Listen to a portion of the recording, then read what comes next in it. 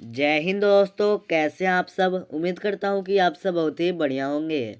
तो दोस्तों, आज की इस वीडियो में हम एमपी टेट वर्ग 3 14 मार्च के लिए कुछ इंपॉर्टेंट प्रश्नों को देखने वाले हैं।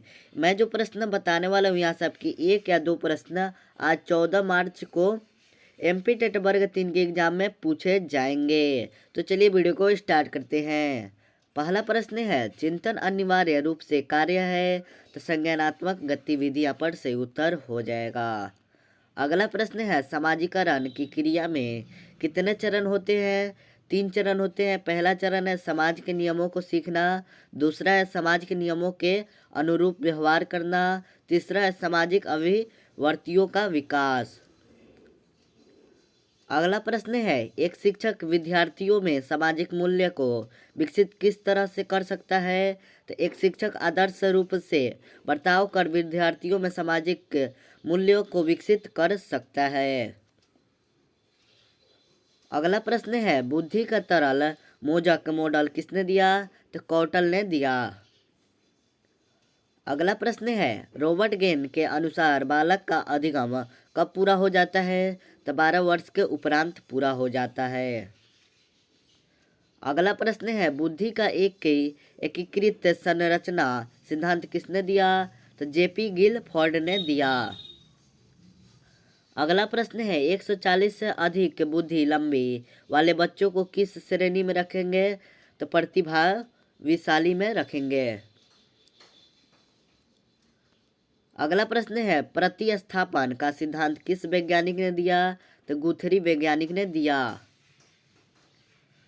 अगला प्रश्न है, अंतर्मुखी व बहिर्मुखी में से सामाजिक विकास अधिक होता है। तो बहिर्मुखी का अधिक सामाजिक विकास होता है। अगला प्रश्न है, बुद्धि को नापने के लिए मानसिक आयु संप्रत्यय किस विद्वान ने दिया। तो अल्फ्रेड बीने ने दिया, 1905 में दिया। इसे भी आप जरूर याद रखिएगा। अगला प्रश्न है, मानव के अस्थाई दांत कितने होते हैं। तो 12 दांत होते हैं। मानव में अस्थाई दांत की संख्या 12 होती है। अगला प्रश्न है, शिक्षा के मौलिक अधिकार संविधान के किस अनुच्छेद से लिए गए हैं। तो अनुच्छेद 21A से इसे 2002 में 86वें संविधान संशोधन से जोड़ा गया। अगला प्रश्न है, एक कारक सिद्धांत को और किस नाम से जाना जाता है। तो राजकीय सिद्धांत के नाम से भी इसे जाना जाता है। अगला प्रश्न है, बुद्धि का क और ख का सिद्धांत किसने दिया। तो हैब ने बुद्धि का क और ख का सिद्धांत दिया।